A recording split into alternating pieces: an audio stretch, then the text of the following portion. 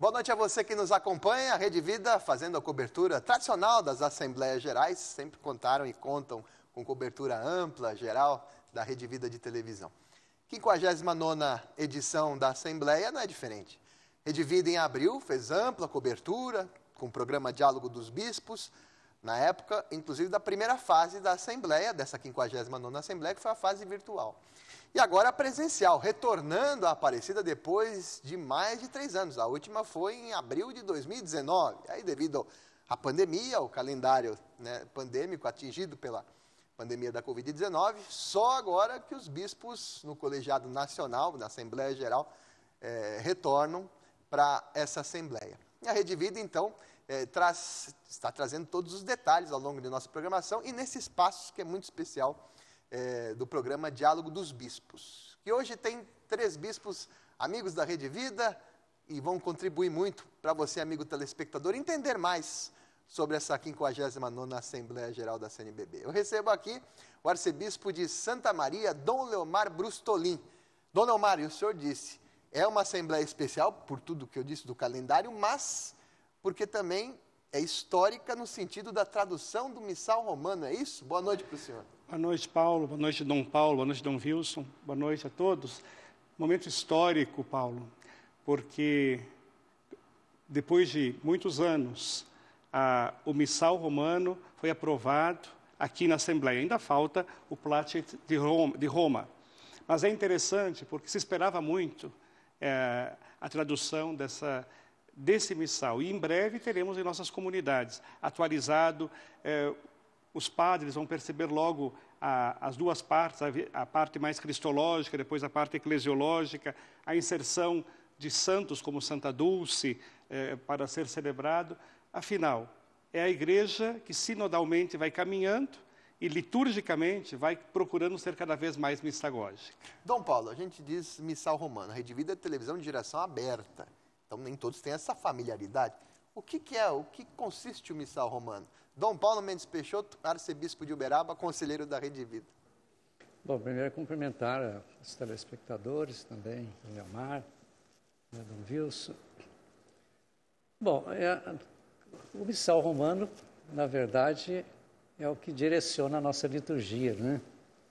Acho que a liturgia, a missa, as orações, e tudo aquilo que faz parte da nossa celebração eucarística.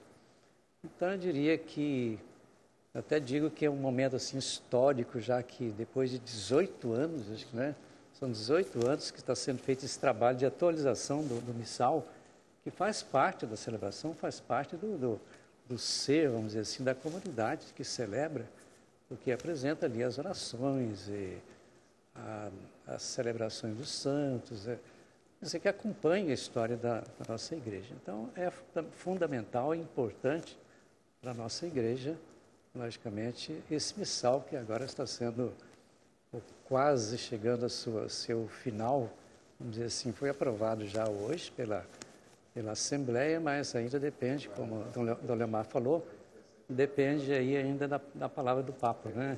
A palavra final. Então, acho que é um momento importante para a nossa Assembleia. Dom Wilson Basso, bispo de Imperatriz do Maranhão. Dom Wilson, é um prazer, uma alegria tê-lo conosco aqui. Ainda sobre o missal romano, algumas curiosidades. Por exemplo, Santa Dulce dos Pobres. Como é que vai ficar na nova tradução? É só Santa Dulce? Essas curiosidades, né? O que muda? Na verdade, saudamos a todos que nos acompanham pela Rede Vida, Dom Leomar, Dom Paulo. Existe a orientação que vem de Roma, que deve ser o nome completo dela. Mas em decisão vai ser orando por Santa Dulce, né? Porque de verdade já é consagrado. Vai aparecer Santa Dulce dos pobres lá naquela síntese que é feita da vida dela, e na oração será, né, Santa Dulce, para que a gente de fato respeite também como o povo já a trata. E eu acredito, né, que vai sair de verdade Santa Dulce dos pobres, que já está no coração de nosso povo. E sobre data de santos, tem mudança, não? Como é que... Na verdade, foram acrescentados alguns santos que foram, vamos dizer, canonizados nos últimos anos, e ali um dos santos, que seria no dia 5 de outubro, passa por dia 6, porque nós já temos um santo consagrado aqui no Brasil, São Benedito, né? Então, de verdade, é colocado no missal novos elementos, né?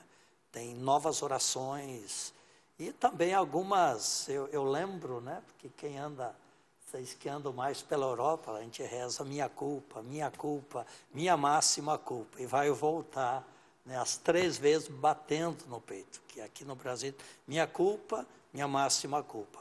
Teremos algumas mudanças, mas que, de fato, ajudarão, né, a gente celebrar melhor. O missal nos ajuda a viver o mistério eucarístico, que é o centro de nossa espiritualidade. Dom Leomar, essa questão da minha culpa, minha máxima culpa, é mais para ressaltar a culpa ou uma igreja misericordiosa?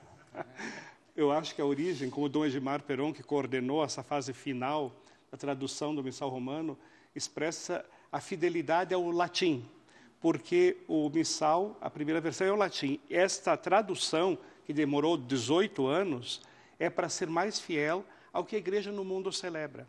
Então, por exemplo, tem um outro exemplo, Dom Paulo e Dom Wilson, que é o final das orações, que nós sempre dissemos por Cristo nosso Senhor, agora vai dizer, por todos os séculos dos séculos. As pessoas poderão estranhar no primeiro momento, mas trata-se de ser mais fiel às orações originais, como foram compostas na nossa tradição, e a partir do latim, essa comissão se dedicou muito. Olha, eu vi que hoje, durante a celebração, quando se comentou da CETEL, que é a Comissão Episcopal da Tradução de Textos Litúrgicos, o trabalho deles mereceu um aplauso durante a celebração, porque nós estamos esperando há 18 anos esse texto. Isso vai ajudar a celebrar melhor.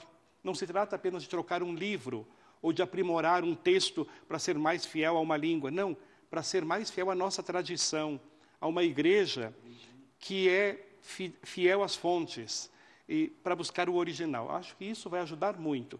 Então, não estranhe se alguma alteração vai acontecer, mas é para que a gente possa rezar melhor. Esse é o objetivo. Uma coisa prática que eu senti, daquele eis o mistério da fé, são 3 respostas. O povo ficava assim meio confuso, né? Agora, assim, para cada uma das respostas vai ter um eis o mistério da fé, acrescentando alguma coisa, que vai facilitar, inclusive, para a resposta do povo. São coisas práticas, né? E uma grande expectativa que havia era ali na consagração, né?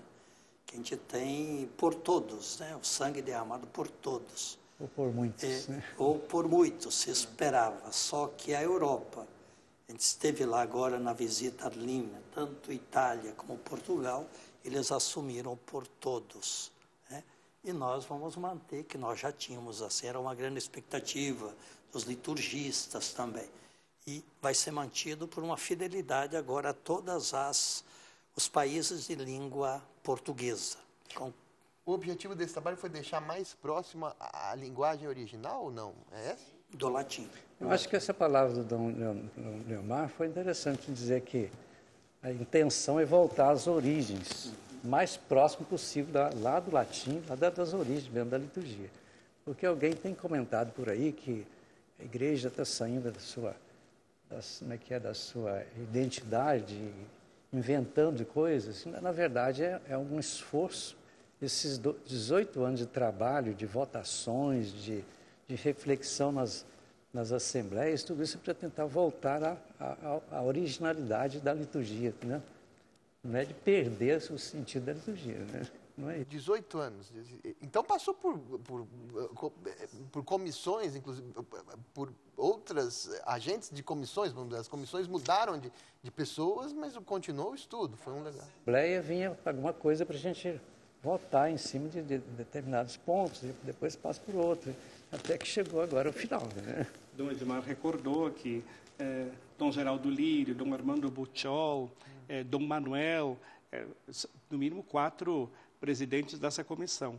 Agora, acho que é insistir isso que Dom Paulo está comentando, a volta às fontes é a grande intenção do Concílio Vaticano II.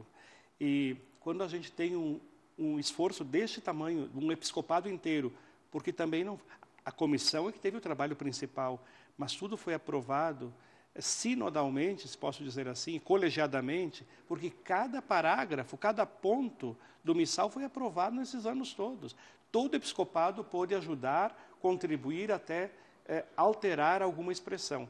Então, dá para dizer que é um episcopado assistido pela ação do Espírito, que na fidelidade à fonte original oferece agora um texto cada vez melhor para celebrarmos. Então, 18 anos, né? E como foi justamente essa apreensão? Porque eu fico imaginando, se não fosse votado esse ano, ano que vem tem eleições da CNBB, quer dizer, seria uma pauta muito mais complicada para se encaixar ou não? Mas houve um esforço muito grande durante essa pandemia. Eles disseram que se reuniram 72 vezes. A comissão, 72 vezes. Só na pandemia, né, Dom Wilson? Sim, só durante a pandemia, para poderem adiantar, e já na reunião de abril nós tínhamos praticamente tudo já votado. Só que, para ser o missal romano, a votação tem que ser presencial. A última votação, e nós a fizemos hoje, é número por número. Sim, não, sim, não. Então, número por número, são mais de 300 votações que se faz numa folha só. Por que não dá para ser eletrônico? É uma questão técnica? Pelo estatuto da CNBB. Há matérias que só podem ser aprovadas presencialmente. E esperamos que o presente venha até a Páscoa do ano que vem, é o que está sendo posto, né? É uma cobrança forte porque na Itália já foi aprovado, né? Em Portugal também. Parece que na França também. Estivemos na visita ad limina, rezei em italiano lá com os deonianos, em Roma, depois em Portugal, no novo missal, eles já tinham aprovado. E agora? Esperamos, né? Acho que sim. O senhor está falando na visita ad limina, nós também fomos.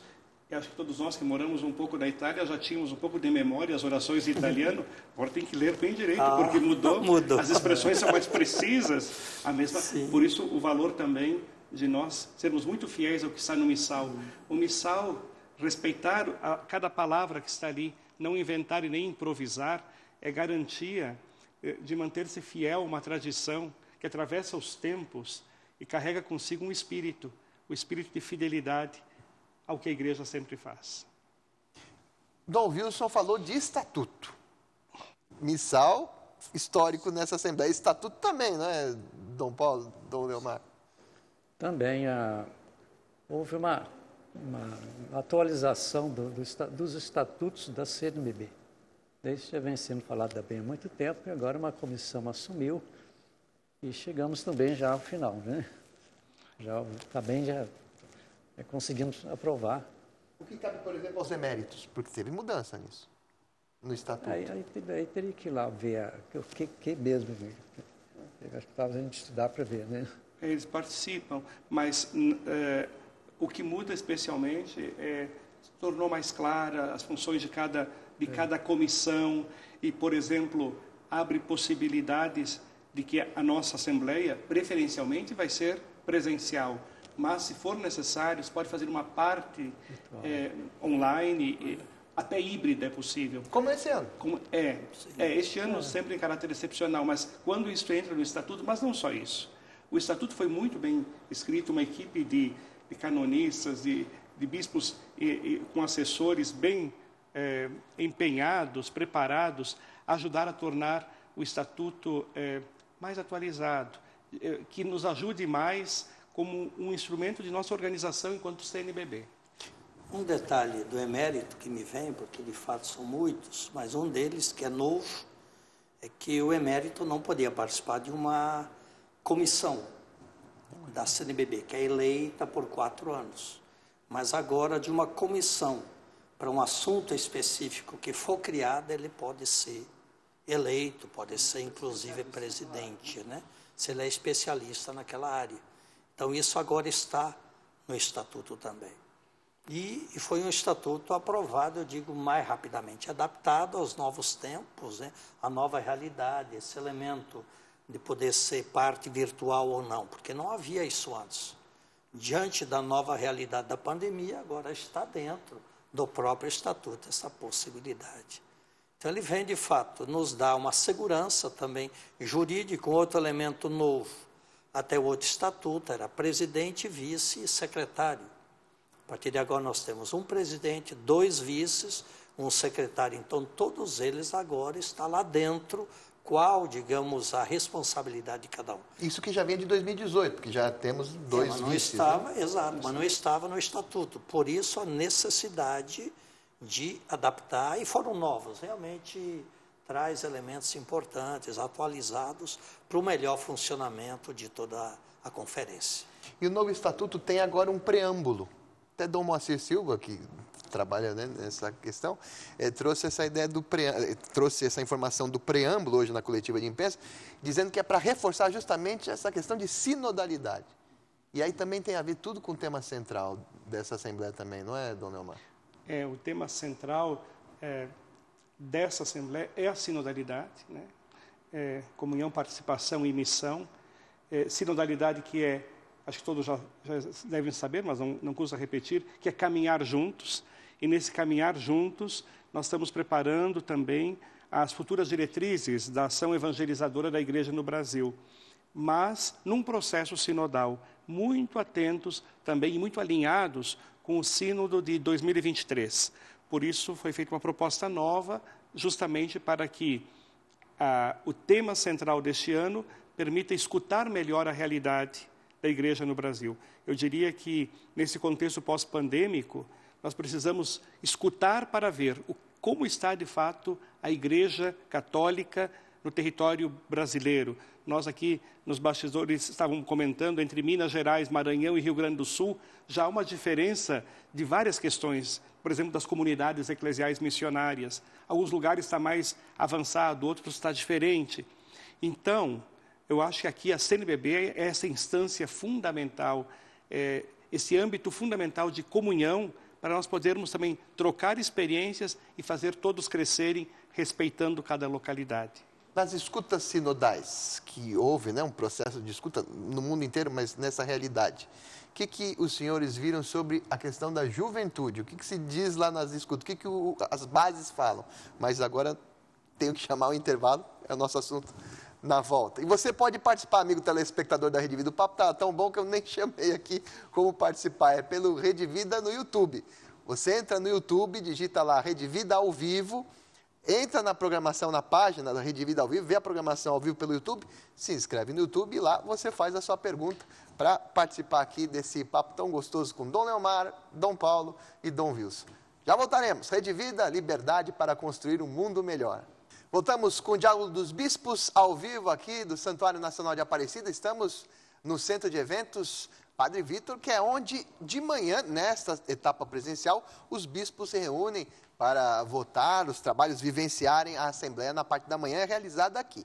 Depois, na parte da tarde, na Basílica, aqui em Aparecida, no Santuário Nacional, depois nas sessões reservadas, na sessão reservada, e depois a missa a partir das 6 horas da tarde, das 6 às 7, que você acompanha ao vivo aqui pela Rede Vida, as celebrações eucarísticas diárias neste tempo de Assembleia Geral. Bom, tivemos no processo sinodal a primeira etapa, que foram as escutas diocesanas.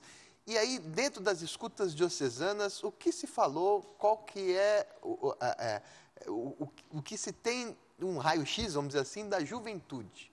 Que precisa a igreja escutar a juventude em que sentido? Dom Wilson, Dom Paulo?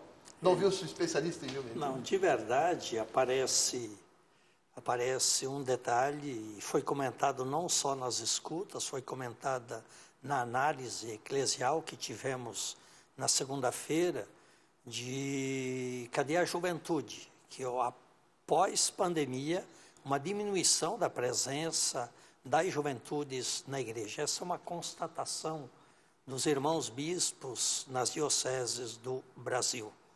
E eu coloco como um elemento, tem esse elemento de fato, e eu acredito que diante dele nós temos também que dar respostas. Nós no Maranhão, tem muita gente aí de São Luís, Imperatriz acompanhando, nós temos uma prática de 3 em 3 anos, a Romaria da Juventude do Maranhão. Começou em 92, né? O Leomar é jovenzinho, não sei se tinha nascido ainda, foi o ano da campanha da Fraternidade e Juventude, em 92. E nós realizamos a primeira romaria do Maranhão, e agora é a 10ª. Vai ser agora, 17 e 18 de setembro.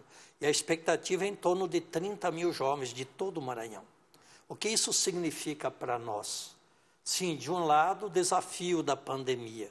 De outro, a gente não pode, como você diz, ficar chorando o leite derramado. Nós precisamos buscar novos caminhos. E um deles, para nós, como igreja no Maranhão, tem sido essa experiência de 3 em 3 anos, como que uma sacudida que chega a todos os recantos do Maranhão e a gente se reúne. Uma tarde, uma noite, uma caminhada, depois de 10 quilômetros, debaixo de um sol de 30, 35 graus, e a gente volta para casa reanimados para caminhar. Eu acredito que a igreja no Brasil precisa fazer esse caminho. Cada diocese também, acredito, né, que é por aí que a gente deva caminhar. Sinto da nossa trabalho de escuta, de preparação aí, aliás, não é preparação para o sínodo, porque o sínodo está acontecendo, né? Apenas vai encerrar em 2023, mas eu senti assim uma riqueza muito grande do que a gente recebeu de material das escutas nas paróquias, né? Pelo menos eu senti assim que de 69 paróquias Que responderam. Mais de 60% das paróquias responderam. E veio assim, muita coisa boa, que vai até servir para a nossa próxima Assembleia Arquidiocesana de Pastoral. Mas uma das coisas que foi sentida é justamente a ausência da juventude. Parece que o tempo da pandemia criou um certo desânimo, e aí não apareceu muito no resultado da escuta, né? Aliás, até houve um certo momento de dizer assim que a juventude está distante da igreja. Não sei se é a mesma realidade sua, né? Santa Maria é uma cidade eminentemente universitária. E lá nós temos grandes desafios e oportunidades, eu diria. Desafio porque no Rio Grande do Sul nós precisamos reforçar a presença do jovem na igreja. Não está fácil. Nossas comunidades estão envelhecendo. Nós precisamos do idoso. É fundamental, mas eu acho que um avô e uma avó sofrem quando vê seu neto não vir à igreja também, não fazer o caminho que ele fez. Porque vai chegar uma hora que tudo que nós fazemos no dia a dia é importante, mas quando faltar o sentido para viver e a ética para conviver, todos vamos precisar de algo. Por isso, neste momento, eu acho que, concordando com Dom Wilson e Dom Paulo, é preciso constatar que a igreja tem que melhorar um pouco mais sua linguagem. Nós precisamos fazer uma conversão de nós mesmos, nós ministros. Como é que a gente pode ajudar esse jovem? Dom Wilson fala dessa caminhada sob o sol de 30 graus que anima. O jovem gosta de ser desafiado. Então, como nós vamos fazer, cada um na sua região, com a sua cultura? Mas que não resta dúvida. O grande desafio nosso é como ajudar uma juventude sedenta de sentido, de horizontes, de referências. Eu acho que onde nós pudermos apresentar isto, nós vamos encontrar uma ressonância maior. Então, claro, isso não é tão simples, não existe receita pronta. E também não dá para dizer que o que vale para um lugar vale para o outro. Tem que ser muito prudente. Mas se eu posso ousar dizer alguma coisa, é só isso. Um olhar cuidador. Quando a gente começa a se interessar pelo jovem, o jovem dá retorno para nós. Mas atrair o jovem pela forma ou pelo conteúdo? Mais pela forma, mais pelo conteúdo? Como é que deve ser? Eu não separaria. Eu acho que não dá mais para dizer que qualquer coisa serve. Acho que esse jovem também, talvez ele seja mais reflexo do que reflexivo, alguém comentou hoje. A reflexão talvez seja um pouco mais apagada. É o desafio da educação também, não é um desafio só da igreja. Se você pensar como é que está a educação na escola e na universidade, os desafios são grandes. Mas não quer dizer que essas pessoas sejam uma geração que não se interesse pela religião nem pela educação. Eles só têm outras formas de nos provocarem essa participação. Eu acho que é tempo de nós revisitarmos para termos mais oportunidades. Talvez, Paulo, a gente pudesse aproveitar esse espaço para falar de uma nova plataforma aí da internet, né, que está onde está presente a juventude de uma forma que sabe usar esse espaço para evangelizar, que seria o metaverso, né? O metaverso está sendo uma nova discussão agora, inclusive na Rede Vida, porque houve uma missa que foi transmitida normalmente, né, na televisão, mas também pelo metaverso, que é para as redes sociais. E isso trouxe alguma reação e tal. Mas nós já chegamos à conclusão seguinte, que ali está a juventude. Quem sabe usar esse espaço para evangelizar a juventude. Eu acredito que não pode ser só as grandes, como nós estamos fazendo agora, um grande evento. Isso é de vez em quando, o dia a dia, os pequenos grupos. Nós estamos começando uma experiência de uma missa 10 horas da noite, na Catedral de Fátima, de Imperatriz, tentando atrair os jovens que saem das universidades e das escolas. Na sexta-feira à noite, na primeira deu 60 jovens. Aí nós refletimos, já teve sexta-feira passada, estratégia, como fazer. É importante se tiver 2, 3 mesas com cadeiras lá na porta da catedral, entregando os jovens, mas o que está acontecendo lá dentro? Aí já um outro jovem me ligou, Dom Wilson, como é sexta, o nosso grupo, eles são um grupo, nós podemos na quinta-feira abrir, tem um espaço juventude, né? A gente pode abrir às 8 até às 9, pode. Eu acredito que a gente tem que, de fato, se provocar para criatividade, linguagem, metaverso, redes sociais, o que estiver ao alcance, para que a nossa mensagem, que é bonita, chegue ao coração das juventudes. É um belo desafio. Eu estou tomando isso como um desafio e uma oportunidade, que nós procuramos durante a pandemia. A gente chegou a fazer, Dom Leomar e Dom Paulo, a gente chegou a fazer live todos os dias, durante um ano, 2020, todos os dias, às 6, às 6h15 da tarde. Para o Maranhão inteiro, poucos, muitos, cada semana uma diocese, produzimos um material de reflexão, formação que foi online. Eu lembro que a PJ se preocupou em cuidar das lideranças de assessores e coordenadores. Isso quer dizer, nós sobrevivemos à pandemia. Então é hora agora de olhar para frente e, de fato, colocar mãos à obra. Fico pensando aqui, né, desse resgate da juventude. Mas vivemos um tempo hoje de secularização e muitas famílias, jovens, né, que têm noções, sentidos familiares diferentes dos tempos passados, né? Até a questão do pai e mãe, a questão até da sexualidade. Como atrair esse jovem que está muitas vezes distante até dos propósitos da igreja? Como fazer com que ele possa se sentir atraído, né? Eu acredito que deve ser um desafio muito grande. Como fazer isso? Acho que primeiro de tudo, nós acreditamos que Jesus Cristo é a resposta para todas as perguntas do ser humano. Nós temos que partir de Jesus Cristo. Por outras questões fica mais difícil. Todo ser humano, seja ele quem for, seja ele como for, precisa de Jesus Cristo.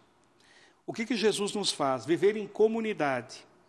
E aqui nós vamos na contramão do que se pensa hoje, porque se está um pouco fragmentando a família, a vida comunitária, o individualismo cresce. Isso nós sabemos que na fé cristã, até porque Deus é uma trindade, é uma comunidade perfeita de amor, Deus Pai, Filho e Espírito Santo, na fé cristã não tem lugar para individualismo, sempre para uma vivência comunitária, onde o indivíduo se encontra no outro, se encontra com o outro. Então, nesse sentido, Paulo, a sua pergunta nos faz dizer o seguinte, nós devemos anunciar para todos, nós devemos ajudar todos, porque todo ser humano tem sede, precisa dessa água. Agora, nós também não podemos fazer uma religião à la carte, uma religião segundo o gosto de cada um. Porque nós, diariamente, cada um de nós se converte ao cristianismo. Ouvindo a palavra, nós somos desafiados a seguir melhor o que Jesus Cristo quer.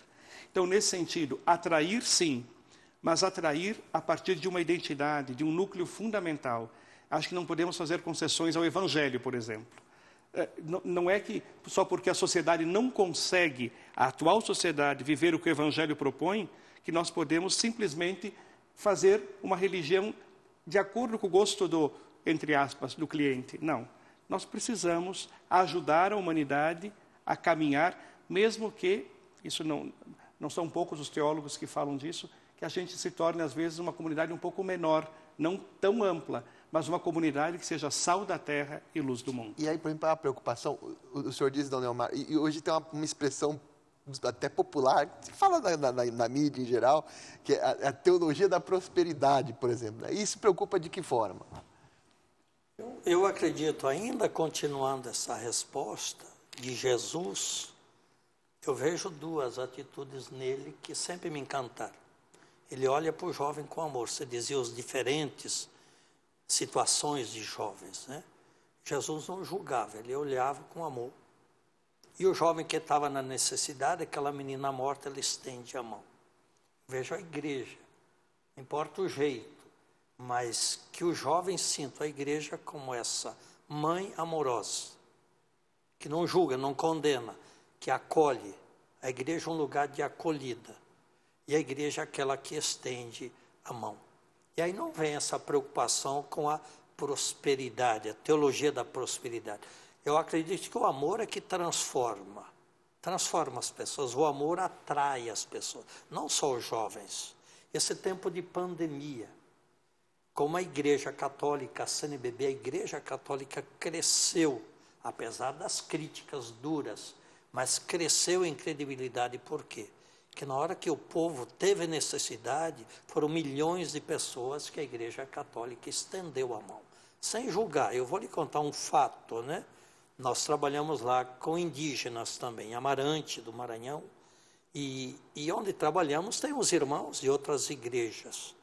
E a gente foi solidário, durante 2 anos, foram 5, 6 mil cestas básicas que foram doadas mensalmente às famílias mais carentes.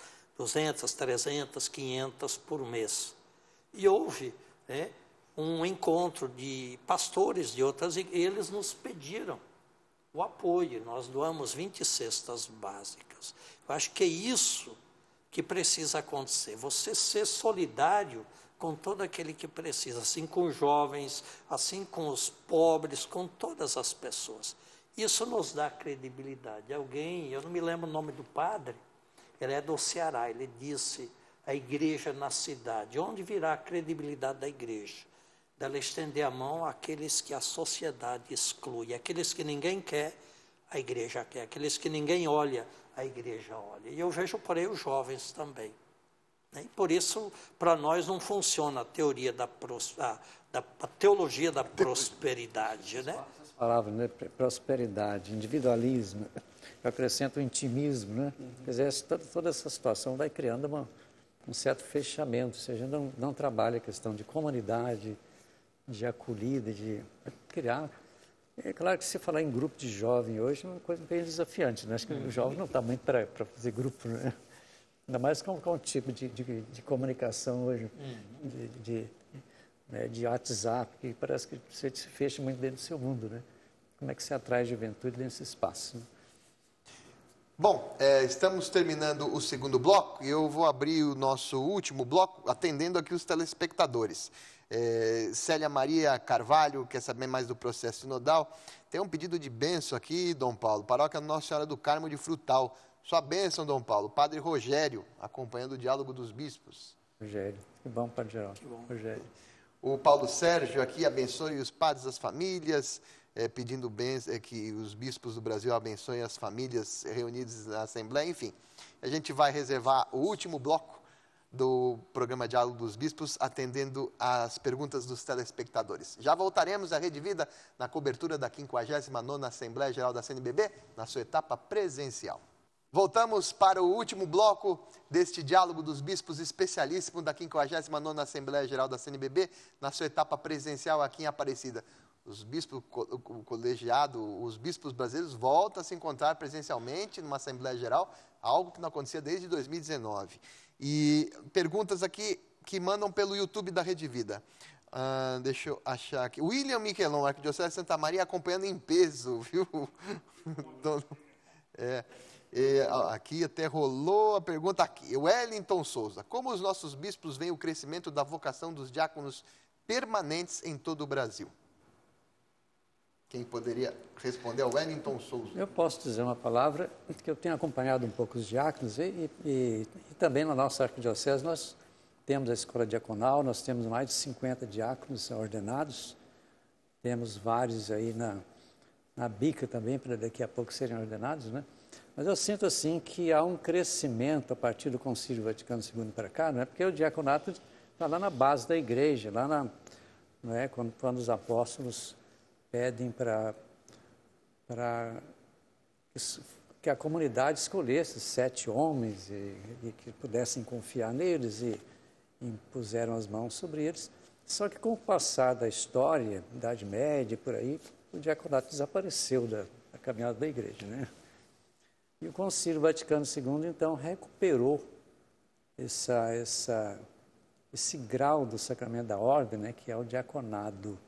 Eu até penso assim, que uma igreja sem diácono é como se fosse uma mesa com 2 pés apenas, né? O episcopado e o presbiterado, né? E estava faltando realmente esse pé, que seria o diaconado. E a gente está sentindo assim que as dioceses estão, todas elas, se preocupando com isso, de estar crescendo o número de diáconos, né? Aliás, até o diácono que está aqui participando com a gente me falou o número de diáconos que nós temos no Brasil hoje. É um número grande, né? Quase 2.000 diáconos, né? Então, é um momento assim, muito rico que eu estou sentindo na vida da igreja, né?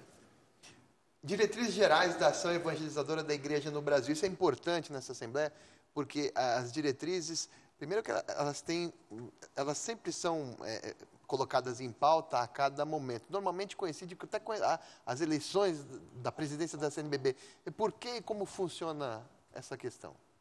Bom, as diretrizes são essas orientações gerais para a igreja no Brasil. Atualmente, elas estariam para ser revisadas em 2023, que é a ideia de uma casa, a comunidade eclesial missionária, sustentada por 4 pilares: palavra, pão, caridade e ação missionária.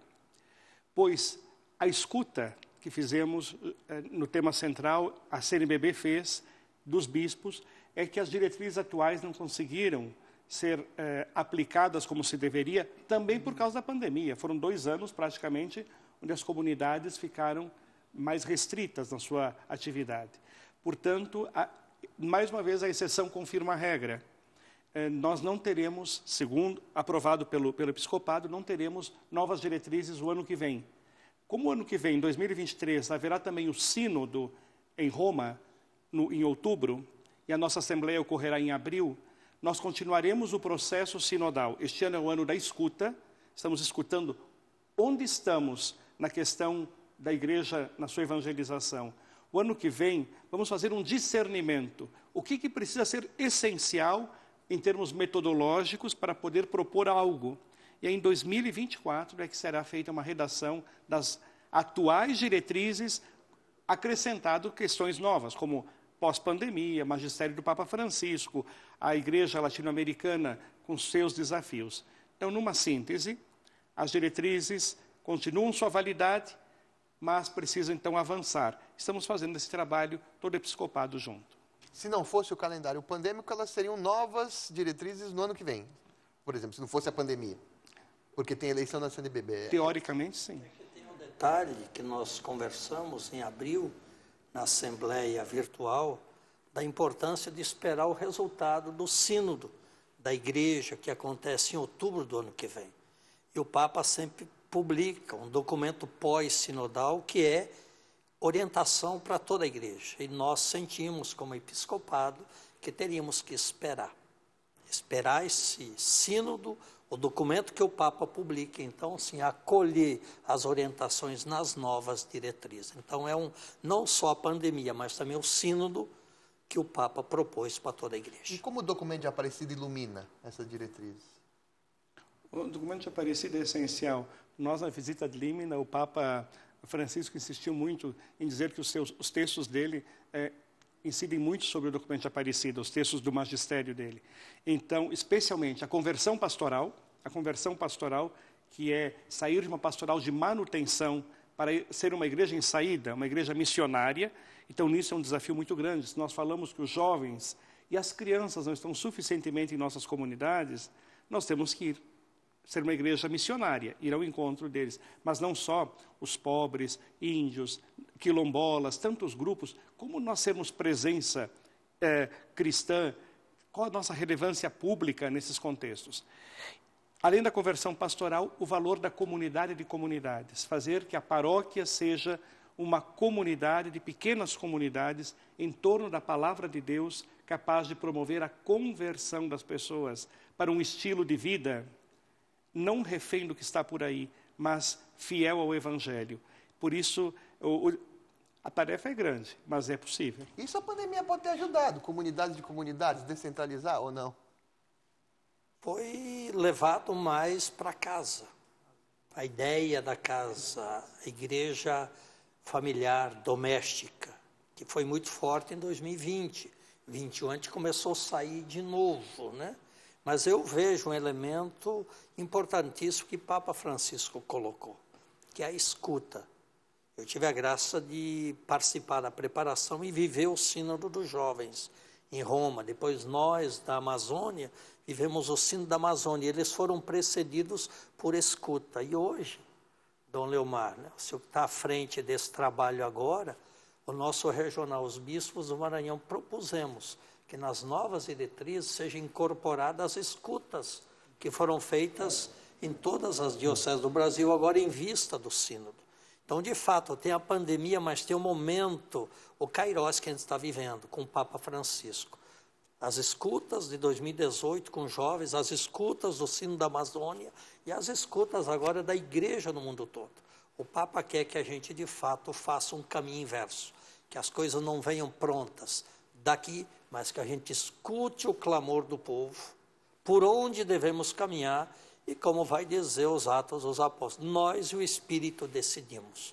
Por aí a gente caminha, de fato escutando e que o Espírito nos diga por onde caminhar agora nesses tempos pós-pandemia. Então é algo bonito, eu vejo como algo de fato especial. Eu entendo que o Papa teve uma grande sabedoria divina, num tempo de tanto individualismo, provocar a escuta, né? Eu acho que é escutar o outro que você começa a criar convivência, né?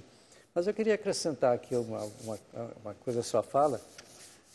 Ao falar de comunidade e tal, nós aprovamos agora também um novo documento, Animação Bíblica da Pastoral, né? Acho que é muito importante, que estava ainda documento cor verde, né? Que ainda não tinha amadurecido, né?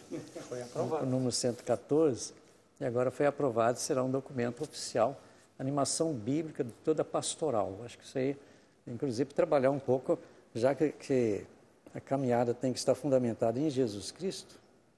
A palavra é Jesus Cristo. E todas as pastorais, movimentos, tem que estar apoiado na palavra de Deus. Então, talvez seja um documento que vá ajudar muitas nossas comunidades agora nesses próximos passos, né? Como formar bem o catequista?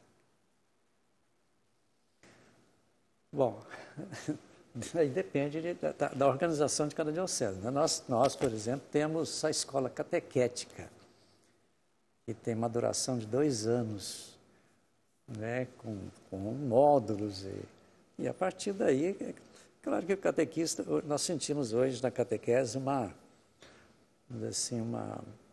mudança muito grande de catequistas, né?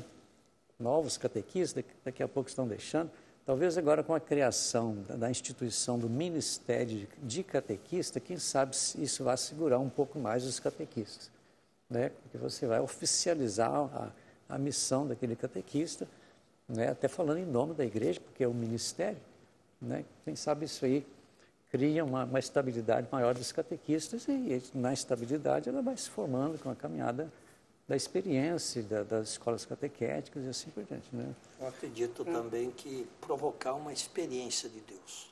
Nós tivemos um irmão bispo que repetiu isso em diferentes sessões, né? É uma experiência com Jesus, com Deus, que leva a uma conversão. E que ele sinta isso como missão, como vocação. E aí vem o ministério, né? Como um serviço na igreja.